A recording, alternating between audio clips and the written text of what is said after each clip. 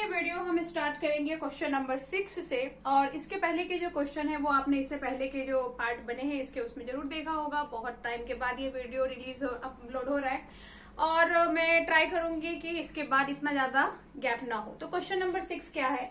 In the adjoining figure ABCD is a parallelogram, P is a point on side BC।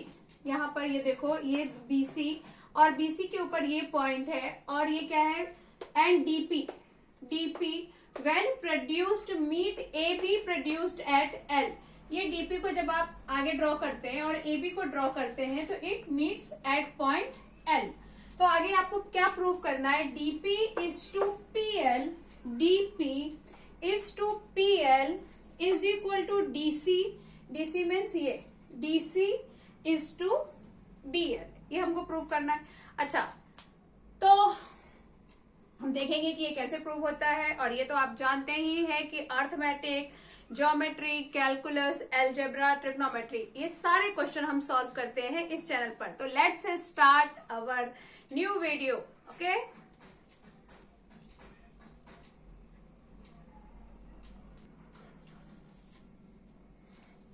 Solution से हम start करेंगे। अब आप देखो कि रेशो फाइंड करना है। रेशो वाले क्वेश्चन में ऑफकोर्स बीपीटी यूज होता है, अभी हमने डिस्कस किया। तो अब हम देखेंगे कि डीपी और पीएल और डीसी और बीएल ये किस ट्रायंगल से बिलोंग करते हैं। तो देखो, डीपी, पीएल और डीसी तो खैर दूर चला गया, बीएल ये यहाँ की बात हो रही है। यानी अगर आप ओवरऑल देखो, डीसी को सिर्फ हटा दो तो वैसे भी यहाँ पर क्या गिवन है कि ये एक पैरेललोग्राम है। पैरेललोग्राम में क्या होता है? अपोजिट साइड इक्वल होते हैं। यानी अगर डीसी के बारे में बात हो रही है तो हम डीसी को इग्नोर करके फिलहाल एबी लेंगे और बाद में एबी के प्लेस पे हम डीसी लेने वाले हैं। तो यहाँ हम क्या करेंगे, हम ट्रायंगल DLA में हम क्या देखेंगे कि DA is parallel to PB, और वो तो होगा ही पैरेलल क्योंकि ये क्या है, पैरेललोग्राम है। पैरेललोग्राम में अपोजिट साइड पैरेलल होते हैं।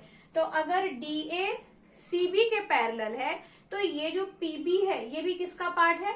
CB का ही एक पार्ट है। तो इसका मतलब DA is parallel to PB also.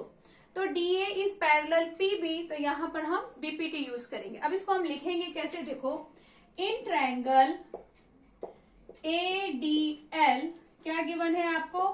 PB is parallel to DA और इसका हम रीजन क्या लिखेंगे? Opposite side of parallelogram. Opposite side of parallelogram. अच्छा, ये आप सबको पता ही है कि जब भी हम इस टाइप के क्वेश्चन सॉल्व करते हैं आपको गिवन, टू प्रूफ ये सब भी लिखना होता है। लेकिन मेरा बोर्ड छोटा है और बार बार वो चीजें मैं नहीं लिख रही हूँ क्योंकि उससे क्या होता है, अननेसेसरली वीडियो बहुत लेंदी हो जाता है। तो इसके लिए ये आप लिखना। अगर फिर भी कुछ आपको डाउट आता है तो कमेंट सेक्शन में लिखकर भेजिए, तो फिर मैं नेक्स्ट वीडियो से वो भी लिखूंगी। ये आपको पैरेलल गिवन है। देयरफॉर अभी हमने क्या बोला कि PB इज पैरेलल DA, तो आप लिख सकते हैं DP by PL is equal to AB by BL। ये हम लिख सकते हैं by BPT, basic proportionality theorem. Basic proportionality theorem क्या है कि अगर ये साइड पैरेलल है तो इनका जो ये रेशो होता है ये प्रोपोर्शनल होता है। तो DP by PL is equal to AB by BL by BPT। अभी हमें प्रूफ क्या करना था? DP is to PL, DC is to BL, यानी सब कुछ तो हमें हमारे प्रूफ के हिसाब से मिल गया, खाली ये AB नहीं चाहिए। तो आप AB के प्लेस पे क्या लिख सकते हो? DC। तो वो हम यहाँ लिख देंगे, therefore DP by PL is to, इसके प्लेस पे लिख रहे हैं DC बाय BL। और ऐसा हम क्यों लिख रहे हैं वो यहाँ पे रीजन लिखेंगे। AB is equal to DC opposite side of parallelogram. ये आपको यहाँ पर लिखना है। तो इसके बाद क्या होगा, यहाँ पे ये मैं शॉर्ट में लिख देती हूँ, देयरफॉर ये आपका प्रूफ हो गया फर्स्ट पार्ट कि DP is to PL is equal to DC is to BL। तो ये हमने इसका फर्स्ट पार्ट प्रूफ किया है। अब हम इसका सेकेंड पार्ट प्रूफ करेंगे।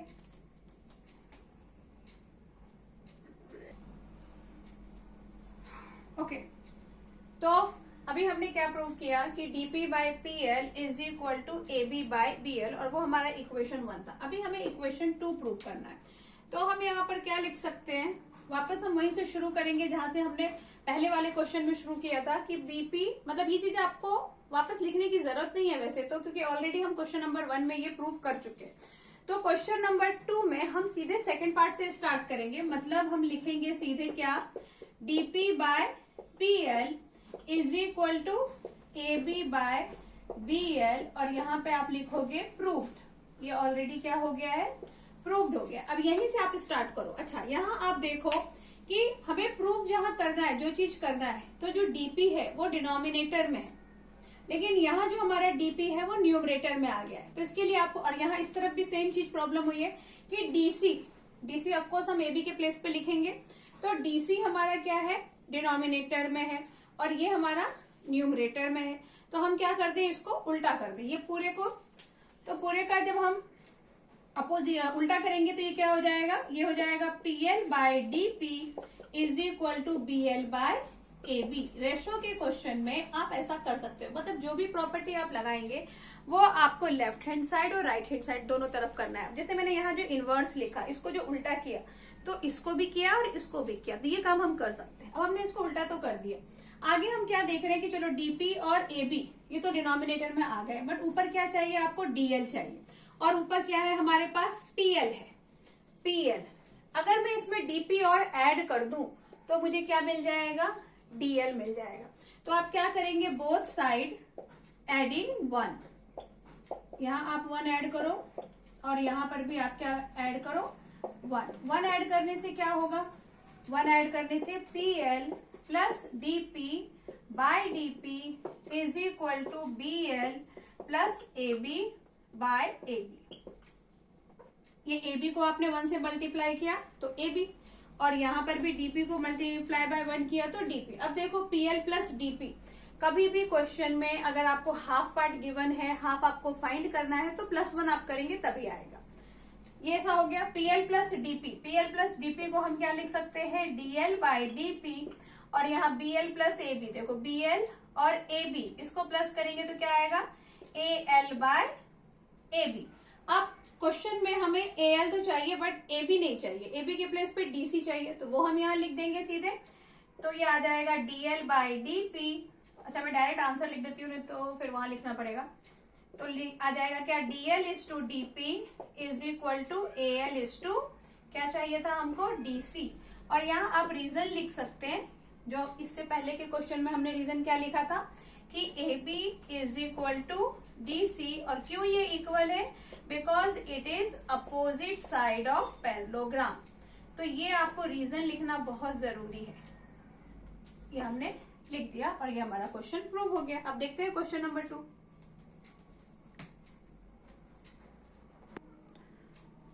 Question number 7. In the given figure, ABCD is a parallelogram. E is a point on BC. अब यहाँ देखो, E is a point on BC, and the diagonal BD intersect AE at F. ये BC DB is diagonal. It intersect AE at F. और आपको proof क्या करना है कि DF means DF into FE is equal to F B into F A. तो सबसे पहले आप ये देखो कि जो चीजें आपको प्रूफ करनी है वो कौन से 2 ट्रायंगल से रिलेट कर रही है। और यहाँ पर एक चीज और हमने कितनी बार डिस्कस किया है कि अगर ऐसा कुछ मल्टीप्लाई में आ रहा है या रेशो में आ रहा है तो इसका मतलब वही सिमिलैरिटी चैप्टर से ही है, इसके अलावा और किसी चैप्टर में तो ये सब कुछ है नहीं। तो अब आपको ये जो डीएफ और एफ ई है, DF, F E, F B और एफ ए, तो ये कौन से ट्रायंगल से बिलोंग कर रहे हैं, ये और ये ट्रायंगल। इसका मतलब क्या करना है, मुझे इन दोनों ट्रायंगल को सिमिलर प्रूफ करना है। अच्छा, आपको ये लग रहा होगा कि डीएफ एफ ई तो इससे भी बिलोंग कर रहा है, लेकिन ये ट्रायंगल नहीं है ना, ये क्या है, ये एक क्वाड्रिलेटरल बन गया है, डी सी ई एफ, तो हम वो नहीं ले सकते। उसके बाद एफ बी और एफ ए इससे बिलोंग कर रहा है, बट अगर हम ये नहीं ले रहे हैं तो फिर उसके साथ ये लेना थोड़ा मुश्किल होगा, क्योंकि फिर हम इन दोनों को सिमिलर नहीं प्रूफ कर पाएंगे। तो इसके लिए कभी भी अगर आप 2 ट्रायंगल लो तो इस टाइप से ही लो जो वर्टिकली अपोजिट हो, ताकि हम उसको सिमिलर प्रूफ कर पाए। तो स्टार्ट करते हैं कि कैसे सॉल्व करना है। यहाँ पर देखो कि ये अब सिमिलर प्रूफ करने के लिए हमारे पास प्रॉपर्टी क्या क्या है, क्राइटेरिया है। एक तो ए सिमिलैरिटी क्राइटेरिया, या फिर हम ए कर सकते हैं। तो यहाँ पर साइड तो हमें कुछ गिवन नहीं है कि हम साइड इक्वल बोलते हैं, और वैसे साइड हम इक्वल बोल भी नहीं पाएंगे, क्योंकि अगर हम ये ट्रायंगल और ये ट्रायंगल ले रहे हैं तो ये साइड और ये साइड इक्वल नहीं है, ये डी ए पूरा सीबी के इक्वल है। तो यहाँ पर आपको सिर्फ एंगल को ही देखना है। और वैसे भी अगर सिमिलर प्रूफ करना है तो साइड इक्वल नहीं होते, साइड का रेशो इक्वल होता है। तो यहाँ पर आप एंगल में क्या इक्वल बोल सकते हो, एक ये एंगल इसके इक्वल हो सकता है वर्टिकली अपोजिट। और दूसरी बात क्या हो सकती है, देखो कि ये जो डीसी है और ये एबी है तो ये पैरेलल है, और ये हो गई ट्रांसवर्सल लाइन, तो ये दोनों एंगल होंगे इक्वल क्योंकि ये अल्टरनेट एंगल है। तो इस तरह से हमारे पास बाय ए क्राइटेरियन हम ये बोल सकते हैं कि ये दोनों सिमिलर है। तो स्टार्ट करते हैं सोल्यूशन। हमारा गिवन वगैरह तो आप लिख ही लोगे। सोल्यूशन में आप क्या लिखोगे, DC is parallel to AB and, पहले हम क्या अपना मटेरियल कलेक्ट करेंगे, हमें इन दोनों को इक्वल प्रूफ करना है ना। तो आप ये लिखो DC is parallel to AB and DB is transversal line, DB is transversal, therefore angle, इस एंगल का नाम हम क्या लिखेंगे, BDF, या फिर आप BDA लिखो या FDA लिखो, ये आपके ऊपर है। FD क्योंकि हमें यहाँ पर FDA चाहिए, हम इसको BDA नहीं बोल सकते, हम बोल सकते हैं लेकिन हमें जब ट्रायंगल में चाहिए प्रूफ करने के लिए, तो इस ट्रायंगल का नाम क्या होगा, FDA। तो इसलिए हम इसको BDA नहीं लिखेंगे, और अगर आप इसको BDA लिखना भी चाह रहे हैं तो बाद में आपको FDA उसको लिखना ही पड़ेगा। तो यहाँ हम लिख रहे हैं FDA is equal to angle, इस एंगल का नाम क्या होगा, FBE, और ये क्यों इक्वल है, because it is alternate angle, alternate angle हो गए और ये इक्वल हो गए। अच्छा, ये अगर हम ऐसा पहले नहीं मेंशन करना चाहते हैं तो हम सीधे इन दोनों ट्रायंगल को कंपेयर करने के टाइम पे भी इसको इक्वल लिख सकते हैं, और साइड में लिख सकते हैं अल्टरनेट एंगल, उसका कोई इश्यू नहीं है। लेकिन यहाँ मैंने एक बार इसको मेंशन कर दिया और इसको नाम दे दिया इक्वेशन 1। अब हम कंपेयर करेंगे triangle DFA and triangle EFB को। जब आपने कंपेयर किया तो आपने क्या देखा कि FDA is equal to angle FBE, और ये हम क्या लिखेंगे, फ्रॉम 1। और हम क्या लिख सकते हैं, वर्टिकली अपोजिट एंगल, तो इसका नाम क्या है, DFA is equal to angle EFB, और इसका रीजन हम लिखेंगे वर्टिकली अपोजिट। अब ये दोनों एंगल हमारा इक्वल है, देयरफॉर हम क्या बोल सकते हैं कि triangle DFA is similar to triangle EFB। अब ये दोनों ट्रायंगल जब सिमिलर हो गए तो इनके साइड का रेशो जो है वो क्या होगा, प्रोपोर्शनल होगा। अभी साइड का रेशो प्रोपोर्शनल होगा ये तो हम समझ गए, बट हमें प्रूफ क्या करना है, यहाँ पे देखो साइड तो 3 होते हैं, लेकिन यहाँ आपके पास कैसा है, सिर्फ 2 साइड का ही रेशो दिया हुआ है, और वो भी मल्टीप्लाई के फॉर्म में दिया है। अभी DF के साथ इन्होंने किसको मल्टीप्लाई किया है, FE को, DF FE। तो एक काम मैंने इससे पहले भी आपको बताया था कि इसमें थोड़ी ना प्रॉब्लम हो जाती है कि किस साइड के नीचे क्या लिखें, या फिर आप इसमें DF, हमने ट्रायंगल का नाम कैसा लिखा है, DFA, और यहाँ लिखा है EFB। तो प्रोपोर्शनल साइड हम क्या लेंगे, ये DF, इसका ये DF बाय इसका ये EF, okay, is equal to क्या होगा, FA, और ये क्या होगा बाय FB। इतना क्लियर है आपको। DF मतलब जब प्रोपोर्शनल साइड, आप ट्रायंगल का आपने नाम लिख लिया अपने हिसाब से। अब जब आप इसका प्रोपोर्शनल साइड लिखते हो तो कैसे लिखते हो, ये 2 लेटर DF, तो इसका ये EF, इसका फिर ये FA, तो फिर इसका ये FB, और जो तीसरा साइड लिखोगे वो आप लिखोगे AD बाय BE। लेकिन यहाँ हमें फिलहाल उसकी जरूरत नहीं है, तो हम यहाँ इतना ही लिखेंगे, और यहाँ क्या लिखेंगे, corresponding sides are proportional. corresponding sides are proportional.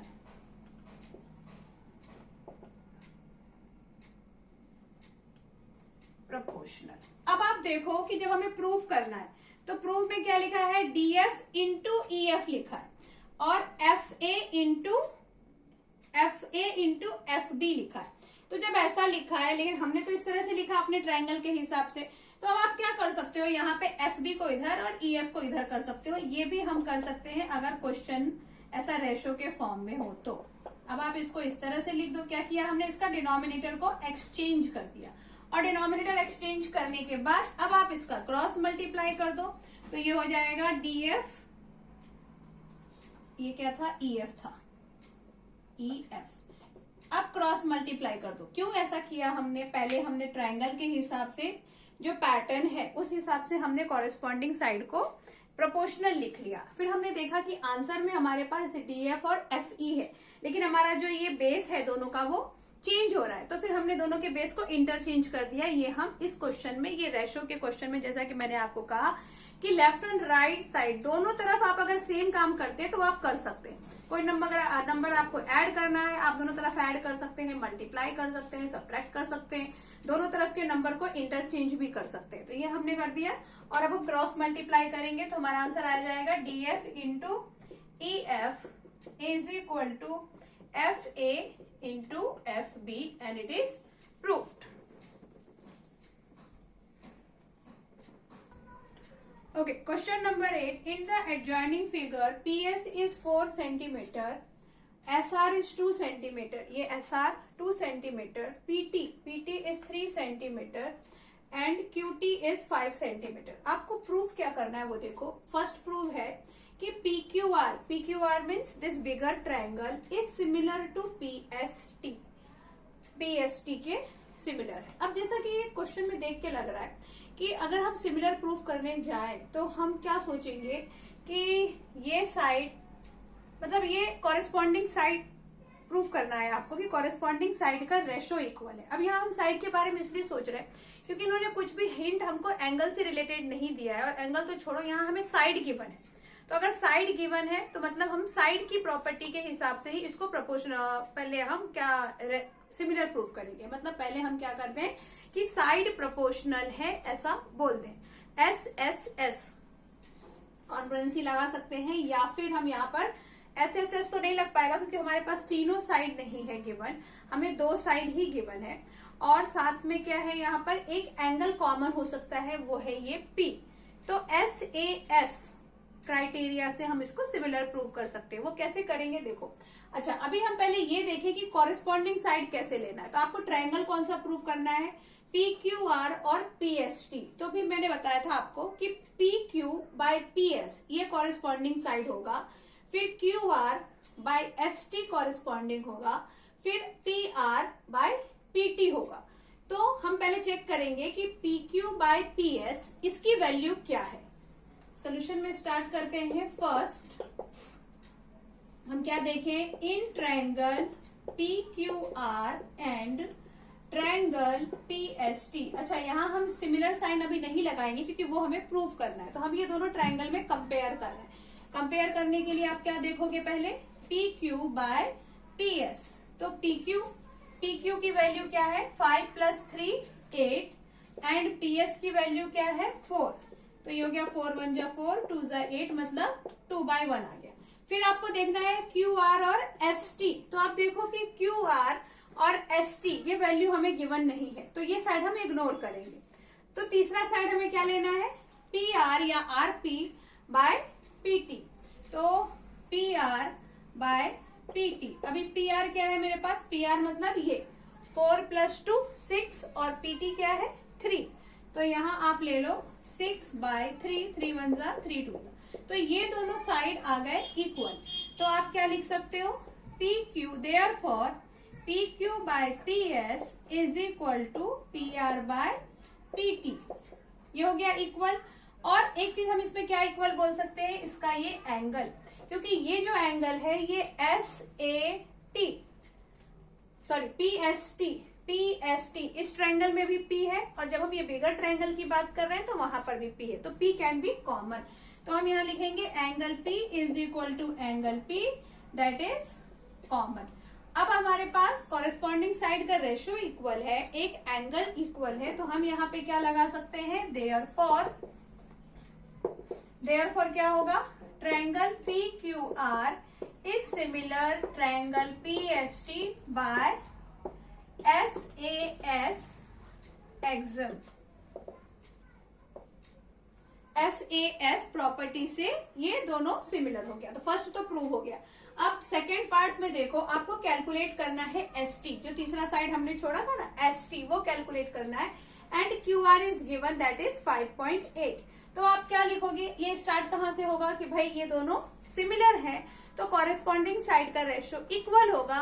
और अब हम यहाँ पर तीनों साइड लेंगे, क्योंकि दो तो हमें गिवन है और तीसरे का एक पार्ट गिवन है, एक हमको फाइंड करना है। तो स्टार्ट कहाँ से करेंगे आप कि triangle PQR is similar triangle PST, और यहाँ लिखेंगे आप प्रूव्ड, क्योंकि हमें मैथ्स में कुछ भी बात हवा में नहीं करनी है, हमने ये ऑलरेडी प्रूव कर लिया है, so we can take this here.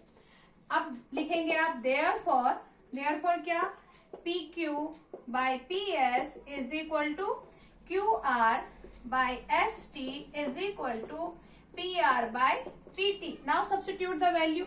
PQ by PS is 2 by 1 and QS अगर सिर्फ इतना भी ले तो भी चलेगा, क्योंकि हमें QR is already given that is 5.8 और ST is need to find it is also 2 by 1। अब ये तीनों आपस में इक्वल है, आप कोई भी दो साइड लो और यू कैन गेट ST। अब जैसे मैंने ये दोनों साइड लिया तो क्रॉस मल्टीप्लाई कर दो, या फिर आप ऐसे समझो ST इधर 2 इधर, तो ST is equal to 5.8 by 2, cancel करो, 2 2 जा 4, 2 9 जा 18, सो ST इज 2.9 सेंटीमीटर।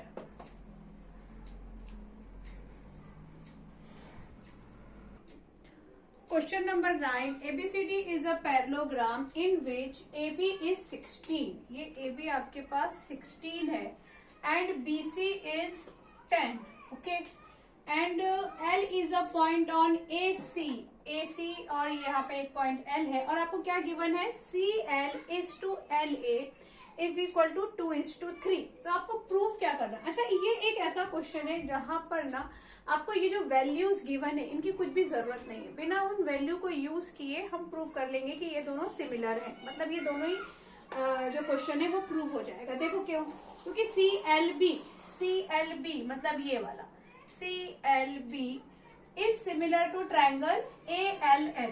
अब आप इसको लो, ऑलरेडी दिया हुआ है कि भाई पैरेललोग्राम है, पैरेललोग्राम होगा तो ये वर्टिकली अपोजिट एंगल इक्वल हो जाएंगे, और उसके बाद ये एंगल है जो अल्टरनेट एंगल है, because this line and this line is parallel, और इसी को प्रोड्यूस करके ये आगे बनाया है, इसका मतलब ये पूरी दोनों लाइन पैरेलल हो गई, तो ये अल्टरनेट एंगल इक्वल हो गए। बाय AA एक्सिम हम इसको क्या बोल देंगे, it is congruent, sorry similar.